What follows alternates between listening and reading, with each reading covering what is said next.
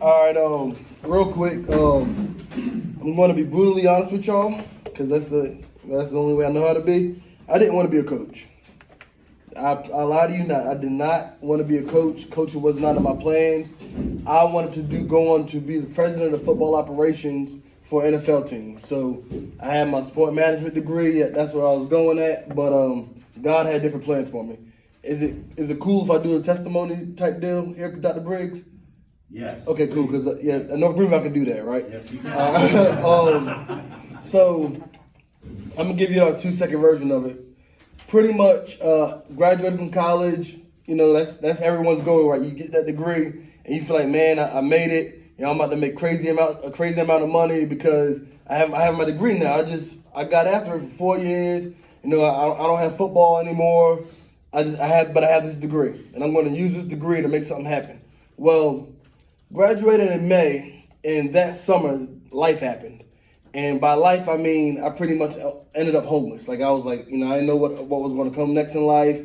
I didn't know where my next meal was going to come from. And I went through that for about 2 or 3 months, sleeping on this friend's couch and that friend's couch and, you know, hitting people up like, hey, can I stay at your house tonight? And it got to the point where I had a college degree and couldn't get a job at CC's Pizza. So I'm thinking, I was like, how am I overqualified for CC's Pizza? Anyway, Coach Durham, who used to be the running backs coach here, he called up. I don't know if you guys ever heard of Matt Moore. Matt Moore used to be a pretty good football player here. Broke a lot of records, whatever. You know, he's a real good football player. Coach Durham called Matt and said, hey, you want to coach?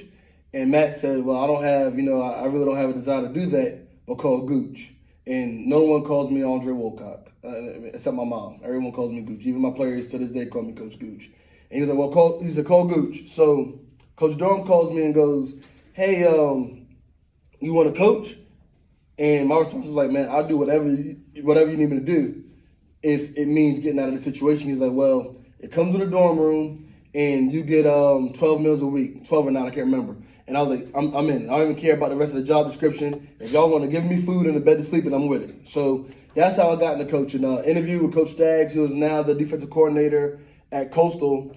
I interviewed with Coach Staggs. Coach Staggs hired me to be his defensive grad assistant. And that's when I was introduced to Coach Chadwell, and I was a part of that staff for 3 years. All right, but I promise you, I did not want to be a coach. It was not something that I had on my vision board. It wasn't for me. I wanted to become a scout and then work my way up the ladder and then become president of football operations. But then God just kind of laughed at my plans and said, nah, this is what you're going to do. All right, so that's just a small tidbit of how I got involved in coaching. During my time as a grad assistant, all right, it was work. It was a grind. And all of us in here want to be coaches, right?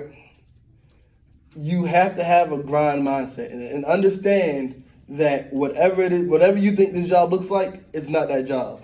All right, how many of y'all want to get into coaching to be on the sidelines to call plays, to be that man or woman? How many of y'all want to get into coaching for that reason? You do? That's a ways away before you get there. And I'm not saying that to discourage you. The biggest part about coaching is showing that young man and young woman what their potential in life is.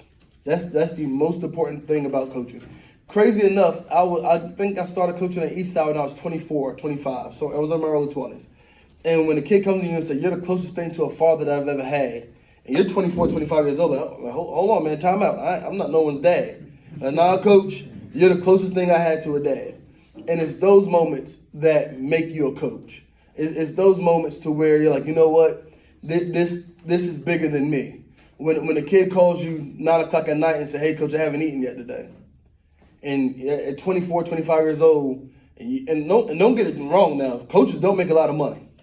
But when you're a part of something that's bigger than yourself, and you say, you know what, I don't have a lot of money, but I can squeeze out $5 for a hot and ready, so this kid and his little brother can eat dinner. And it's those moments that make you a coach. So yeah, we get on TV, and we see Bruce Arians and all these great coaches do these great things and have these awesome interviews, but it's a grind and it's a servant mentality that's going to make you successful as a coach. If you're not willing to be a servant, don't get into this profession, because as a head coach, you are now serving all your assistants and every player in your program. And if you ever feel like, hey, you know what, this job is beneath me, then you're going to find yourself not being successful in this profession. I'm a head coach. I still paint the field. I have assistants, but I still paint the field. I still do laundry. I still do class checks. And it's nothing. And if you're going to be a head coach, you have to understand that the people that are under you are going to do exactly what you allow them to do. And so by that, I mean, I have to show people and lead by example. Hey, this is how I want things to be done.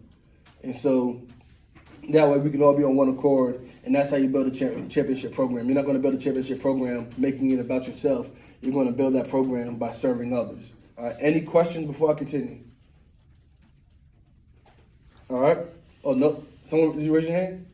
All right. No one raised their hand. All right. So what attracted me to coaching, honestly, was having food to eat and a bed to sleep in. That's what attracted me to coaching. What kept me in coaching was I watched Coach Staggs, and have any of you ever heard of him before? So I watched Coach Staggs pretty much groom young men into being successful people in society, and that's what kept me in this profession. When I watched Coach Staggs and Coach Chadwell have such an impact on young men, I'm like, you know what? I can do this. I can do this because without Coach Chadwell and Coach Staggs, a lot of those young men wouldn't be where they are today. Without Coach Chadwell and Coach Staggs, I wouldn't be where I am today. And I played for Mike Taylor. I didn't play for Coach Chadwell. I played for Mike Taylor.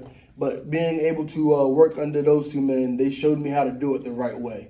And there's a right way and a wrong way in coaching. And the right way is not making it about yourself. The wrong way is saying, how can I do X, Y, Z so I can get a better job? Because let's not pretend here. Y'all see coaches' salaries, right? How many Clemson fans do we have in here? No, only one Clemson fan in the state of South Carolina? Look, I'm okay with it. I'm not a Clemson fan either. Trust me, I'm not. I'm not a Carolina fan either. I appreciate it, Dr. Briggs. Thank you.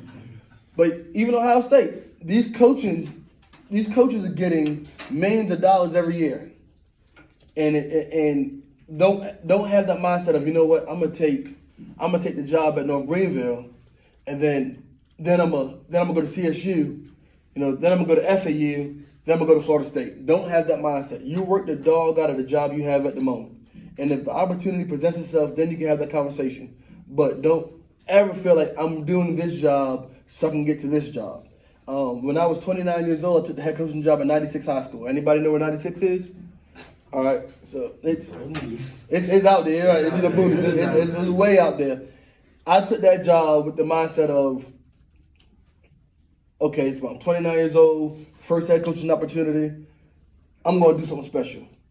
And my mindset was 96, 110%. And that's where I was focused at. And when I got the job, the previous year they went 2-9. My first year there, we went 4-8 and upset Christchurch in the playoffs. Any Christchurch alum in here? All right, cool. They were good though. Yeah, we upset them in the playoffs. And then the second year we went 9-3. And so everyone started talking like, wow, you know, 96 has a good young head coach, you know, boom, boom, boom, all this good stuff. And people kept coming to me about it and like, hey, man, like, you should leave 96, you should leave 96. And my mindset was, I'm not leaving. I'm not leaving. Because I felt that at that time in my life, I was 100% invested to those kids in that community. And then when the Eastside job came along, I was really hesitant about applying for it. Got a call from the president of the Booster Club, Coach Fred. I don't think you know the story. Got a call from the president of the Booster Club, and he was like, hey, are you ready to come home? And I was like, well, what's home? I think I'm home right now. And he was like, nah, Gooch, me and you both know this is your dream job. This is where you wanted to be in the first place. But I was like, but I'm committed to these kids in 96. Long story short, I obviously ended up going to Eastside. But the reason I felt comfortable with going to Eastside because I know that I gave 96 my all. And if I didn't give 96 my all, I would have been like, you know what, I have unfinished business here. So don't ever get in the mindset of, man, I got to get this job because this job pays more money. Or I got to get this job because they have more TV games. Or I got to get this job because they're going to get more recruits. Are all y'all interested in coaching college or some high school, some college? It's cool. a little mixture of both. When I coached in college, when I was a grad assistant, the amount of hours that we put in. I was working from 6 a.m. to midnight. Are y'all prepared to do that? I'm saying that's the world of coaching. I was working from 6 a.m. to midnight, and I loved it. And and as a grad assistant, I made that my priority. And the other grad assistant, Newland Isaac, who's now the offensive coordinator at Coastal Carolina. And it was me and him, a pot of coffee, and a whole bunch of film to break down. And it was that mindset of whatever I'm doing at the moment, I'm 100% invested into that. Don't ever look past what you have right in front of you at the moment. It's like pretty much counting the chickens before they hatch. Don't ever do that, because what you find yourself doing is setting yourself up for disappointment, because if you're focusing on something that's not in front of you, the thing you're not focused on is going to trip you up. And now people say, well, you can't handle this responsibility. How can I give you more? So don't ever worry about what's coming next. Focus on the now. Coaching experiences. I have a lot. Can I be myself today, Dr. Briggs? You can be yourself. Okay. I'm going to be brutally honest with y'all. Again, I